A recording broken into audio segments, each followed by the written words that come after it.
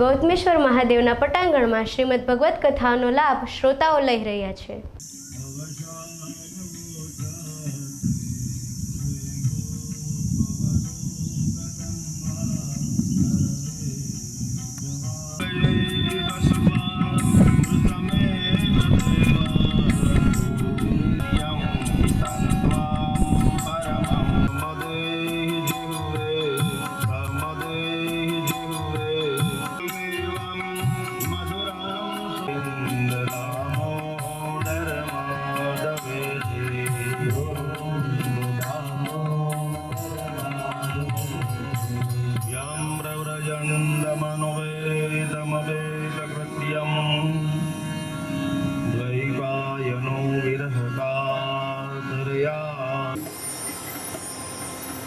આપણા દેશની અંદર કોઈ વાહન ચલાવવું હોય, યાંત્રિક વાહનો ચલાવવા હોય તો એમની માટે તો કે ડ્રાઇવિંગ લાઇસન્સ જોઈએ. 18 વર્ષની ઉંમર હોય તો ડ્રાઇવિંગ લાઇસન્સ મળે. જો ડ્રાઇવિંગ લાઇસન્સ ન હોય તો એને વાહન ચલાવવાનો અધિકાર નથી. એમ શ્રીમદ ભાગવતની અંદર પ્રભુનું વાંગ્મય સ્વરૂપ શ્રીમદ ભાગવતમાં પ્રવેશ મેળવવા જો તેના અધિકારી બનીએ તો લક્ષ્ય કે ધ્યેયની સફળતાની સાથે એ કરેલા શ્રમના બદલામાં વિશ્રામ તો મળે અને રામ પણ મળે. વ્યાસજીએ પ્રથમ અધ્યાયની અંદર 3 શ્લોકની અંદર મંગલાચરણ લખ્યા છે અને મંગલાચરણ વિના કાર્યની શરૂઆત મંગળમય થતી નથી. જેનું આચરણ મહત્વના 3 કાર્યો બતાવ્યા છે. ઉત્પત્તિ, સ્થિતિ અને લય. તે પરમાત્મા જ આ જગતને બનાવે છે, સંભાળે છે અને બગાડે પણ છે.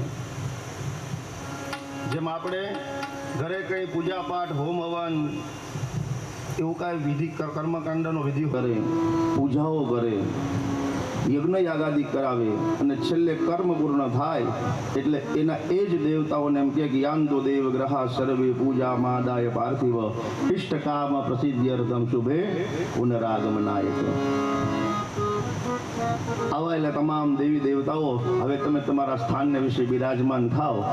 એમ કે આ તો અમારું છે, પણ કોઈ ઉલ્લેખ નથી. ફક્ત એટલું જ કહેવાયું કે સત્યમ પરમ ધીમહિ ભગવતા પ્રોક્તમ ભાગવતમ. તમામ જીવો માટે આ ગ્રંથો છે. તેથી સત્ય સ્વરૂપ ભગવાનનું ધ્યાન કરીને પ્રારંભ કર્યો છે. બીજા શ્લોકની અંદર શ્રીમદ ભાગવતનો સંપૂર્ણ પરિચય અને બીજા અર્થમાં કહું તો કે શ્રીમદ ભાગવતજીની વંદના કરી છે. વાસ્તવમાં અહીં શ્રી વ્યાસજીએ ભાગવતજીની પ્રશંસા કરી હોવાથી આ મંગલાચરણ અદ્વિતીય છે. મંગલાચરણ તો તમામ ગ્રંથોમાં મળશે, પણ ગ્રંથ લખાયા પહેલા હજી માત્ર બીજા જ શ્લોકની અંદર તેની પ્રશંસા કરવામાં આવી એવું બહુ ઓછું બન્યું છે. પોતાના ઈષ્ટની વંદના કરતા શિવ પાર્વતીને યાદ કર્યા અને કીધું કે જગત પિતરો વંદે પાર્વતી પરમેશ્વરો. ગોસ્વામી તુલસીદાસજીએ પણ રામાયણના મંગલાચરણમાં કેટલીય વંદનાઓ કરી છે. એ તો ઠીક છે, બાકી કોઈ યથાર્થ કથા કરે તો વંદનામાં જ 9 દિવસ નીકળી જાય. એટલું બધું મંગલાચરણ છે. વર્ણાનામ અર્થસંધાનામ રસાનામ છંદસામપી. છંદોની પણ વંદના કરી. લક્ષ્મણ, ભરત, શત્રુઘ્ન, શિવ, પાર્વતી, ગણપતિ, સરસ્વતી, કૌશલ્યા, કૈકેયી, સુમિત્રા, અધમદેવમાં પણ જેણે ભગવત ભજન અને ભગવત કાર્ય કર્યું છે એવા રીંછ, વાનરની પણ વંદના કરી છે. સ્થાવર અને એક જંગમ. સ્થાવર એટલે સ્થાયી અને જંગમ એટલે અસ્થાયી. અથવા સ્થાવર પાસે આપણે જવું પડે, જંગમ આપણે જોઈએ છીએ કે ભગવાનનું મંદિર અને કથાના મંડપની અંદર અંતર એક પવિત્ર હોય કે અપવિત્ર હોય. કથા મંડપની અંદર આવે એટલે પવિત્ર થાય ને થાય.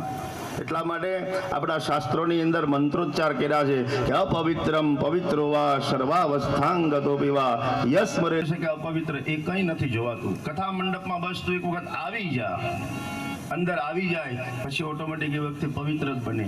કેમ કે અહીંયા ભગવાનનું જ ગુણાનુવાદ થાય.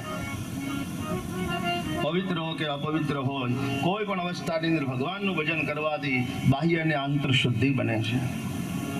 બીજા શ્લોકની અંદર ભાગવતજીનો મહિમા ગાતા વ્યાસજી કહે છે કે ધર્મ પ્રોજિત દેવત પરમો નિર્મત્સરાણમ સદામ વૈદ્યમ વાસ્તવમત્ર વસ્તુ શિવદંતા પત્રોન્યોન્મૂલમ શ્રીમદ ભાગવતે મહામુનિકૃતે કિં વા પરેરીશ્વરઃ સદ્યો હૃદય વર્ષમાં પૂરી કરવાનું કોઈ કહે ત્યારે શું કરવું?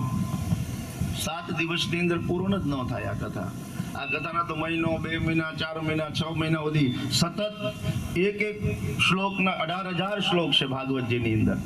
તો ભાગવતજીના 18,000 શ્લોકનું પઠન કરતા કરતા કરતા કેટલો સમય લાગે, અને એક શ્લોકનો વિસ્તાર કરો તો વર્ષોના વર્ષો વયા જાય. પણ ક્યારેય કથા ન કરવી એ વધારે ભાવ જાગે તો વાણી રૂપી પુષ્પો પ્રભુના ચરણે ચડાવવા. પ્રભુની કથા કરનાર આપણે કોણ? એટલા માટે પુષ્પદંતાચાર્ય કહે છે કે હસિદગીરી સમસ્યા કજ્જલમ સિંધુ પાત્રે સુરતર વર્ષાખા લેખની પત્ર મુરવે લિખિત યદિ ગૃહીત્વા શારદા સર્વકાલમ તદપિ તવ ગુણાનામ મીશપારન્નયાદિ. તેમાં આપ અમને બધી જ રહસ્યવાળી વાતો કહી.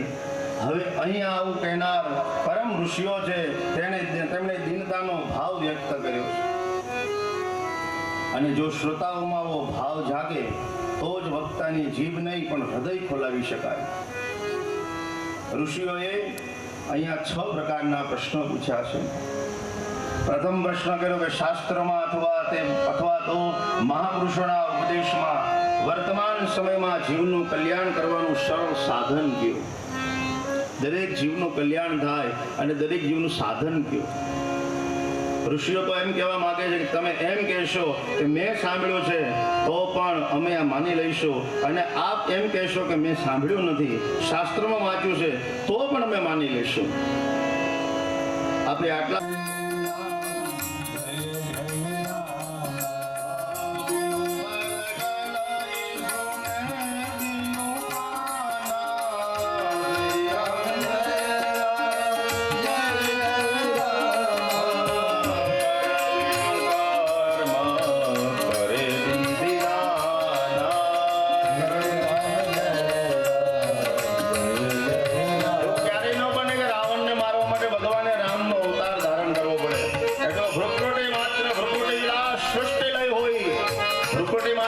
સૃષ્ટિનો લય અને પ્રલય કરનારો દેવ છે. ભગવાન સમર્થ છે. એટલે કે રાવણને મારવા માટે, શિશુપાલને કંદભક્તને મારવા માટે કઈ કૃષ્ણ અવતાર લેવો જરૂરી નથી. ભ્રુકુટી માત્રથી ખાલી ભગવાનની ભ્રુકુટી ફરે ત્યાં તો આખા સૃષ્ટિનો લય પ્રલય કરી નાખે. આવું ભગવાનનું ચરિત્ર છે. ઘણી વાર સુધી દાદા પૂજાના રૂમમાંથી બહાર જ ન આવ્યા. હોવું એમ કે આજે દાદા વધારે ધ્યાનમાં લાગી ગયો છે, પણ કઈ જવાબ ન મળ્યો. વધી ગયો વગેરે વગેરે. પણ આ એક જ વ્યક્તિ એવો નીકળ્યો કે એને એમ કીધું ભગવાને મારી નાખ્યા છે. પણ આ તો સીધો જ મારી ઉપર આક્ષેપ આવી ગયો છે. પણ જે આવીને પૂછે કેમ કરતા ગુજરી ગયા દાદા, તો બધા એક જ વાત કે ભગવાને ગુજરાવી દીધા. આમ સમય નીકળી ગયો અને યાત્રા, અંતિમ યાત્રાની શરૂઆત થઈ. બરોબર ચોકમાં પહોંચ્યા અને ભગવાનને થયું કે આને હું જીવતો કરું, નકર મારી ઉપર દોહન બેસી જશે આ તો. એટલે ભગવાને દાદાજીને એક આમ હાલતા જતા હોય લઈને સ્મશાન યાત્રામાં, એમાં કાંઈક ઠેસ આવીને કાંઈક ધક્કો લાગ્યો